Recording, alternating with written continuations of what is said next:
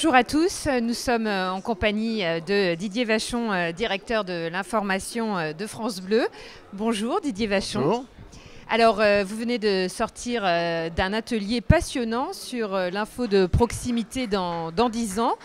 Moi j'ai cette première question qui est qu'est-ce qui fait et qu'est-ce qui fera toujours la force en fait des médias locaux qui sont bien sûr les spécialistes de l'info de proximité? C'est la présence sur le terrain. J'étais moi-même journaliste dans la première radio locale de Radio France à Lille en mai 80. 40 ans plus tard, je suis directeur, près de 40 ans plus tard, directeur de l'information. Et ce qui est important pour les médias de proximité, c'est justement d'être présent. Un exemple, hier, Grâce, nous traitons évidemment l'information en édition spéciale dès qu'elle nous est fournie par les auditeurs. Pour autant, nous faisons très attention à ce que nous allons dire. Nous savons que nous nous adressons à des familles qui sont à ce moment-là clairement dans l'inquiétude, dans l'incertitude. De la même façon, nous voyons arriver sur les réseaux sociaux un certain nombre d'informations qui n'en sont pas. Sont-ils 2, 3, plusieurs agresseurs? Est-ce un acte terroriste, etc., etc. Tout ça, nous devons le vérifier. C'est notre responsabilité.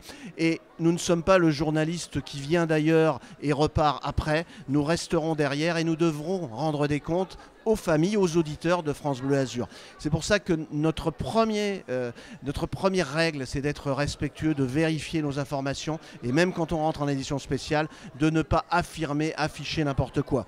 Tristement, malheureusement pour la rédaction de France Bleu Azur, elle l'avait étraîné au mois de juillet dernier, le 14 juillet, en pleine nuit, les attentats de Nice. Elle était donc prête, malheureusement, à gérer cette information. Mais comme quoi, ça, c'est de l'information de proximité, de la véritable information de proximité, qui en plus va immédiatement aussi sur le web, mais avec de l'info vérifiée. Nous avions Erwan Gaucher qui, pour le numérique, a donné les bonnes informations. Les journalistes ont donné les bonnes informations. Et ça, c'est essentiel dans la proximité. Le journaliste peut changer dans les 10 ans qui viennent. Il a d'ailleurs déjà changé. Le multimédia, on n'a plus seulement que la radio. On a évidemment les réseaux sociaux, on a évidemment le net. Donc ça, c'est normal et ça va encore changer. Peut-être qu'on va inventer des choses que je n'imagine pas encore aujourd'hui. Mais le lien de proximité, la présence sur le terrain et l'information vérifiée, c'est le credo. Oui, vous parlez surtout de gages de sérieux des médias locaux.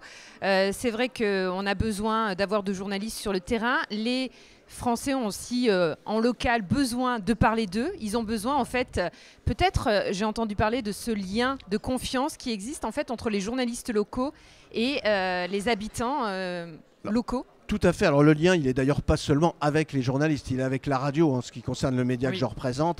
Animateurs, journalistes, techniciens, chargés d'accueil où les auditeurs viennent chercher leurs cadeaux au quotidien. Ils ont vraiment une envie de vivre avec nous, de nous écouter, de nous donner de l'information qu'il faut là aussi vérifier. Mais quand c'est une information routière pour dire qu'il y a un accident à tel ou tel endroit, en général, elle est tout à fait vérifiée dans la minute.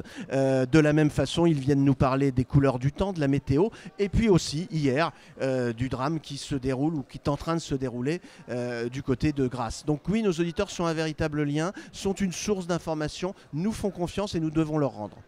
Est-ce que l'avenir aussi de l'info de proximité, ce n'est pas aussi de créer cette immersion? Les gens ont besoin aussi qu'on vive leur quotidien, qu'on ressente leur quotidien, leurs préoccupations.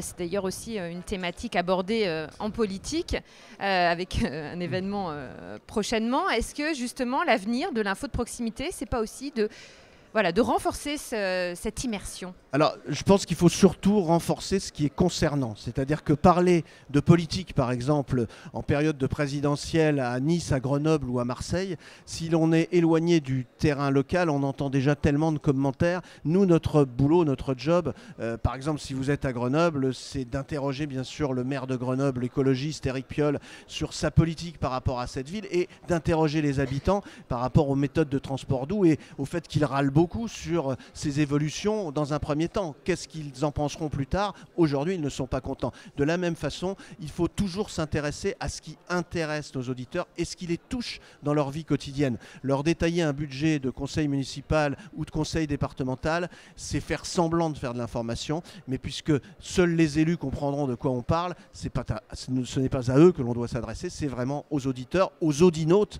puisqu'effectivement, je ne les oublie pas, ils doivent aussi être là derrière leur derrière leurs ordinateurs, leurs smartphones. Et c'est là où l'on touchera d'ailleurs des auditeurs plus jeunes sur des formats plus courts et peut-être pas sur toutes les informations, mais sur celles qui les intéressent. Dernière question, on a abordé dans le cadre de cet atelier les pure players locaux, les médias citoyens. Quel est votre avis? Est-ce que ça fait partie aussi de l'avenir de l'information de proximité? Alors, on a aussi parlé de l'investigation dans le monde du journalisme. Et là, clairement, je pense qu'effectivement, des médias comme les nôtres, avec des moyens qui sont dédiés à faire à peu près 13 à 14 heures d'antenne quotidienne vers les populations, ne sont pas armés pour faire de l'investigation. D'ailleurs, aujourd'hui, peut-être que les médias radiophoniques n'en font pas suffisamment, n'ont pas les moyens d'en faire. Nous ne faisons pas cache investigation sur Radio France, mais nous le regrettons. Peut-être que ça viendra un jour. Il y a sans doute une place pour des pure players, il y a une place pour Mediapart, pour de l'information qui est enquêtée, qui est recherchée et qui au final va abonder, va nous servir à nous, à continuer et à faire sortir aussi certains scandales. Nous sommes à ce moment-là suiveurs, mais en même temps, il vaut mieux ça que de faire comme si ça n'existait pas. Mais nous ne sommes pas des journalistes d'investigation, nous n'avons pas suffisamment le temps pour ça. Didier Vachon, je vous remercie d'avoir pris le temps de répondre à nos questions. Merci. À bientôt.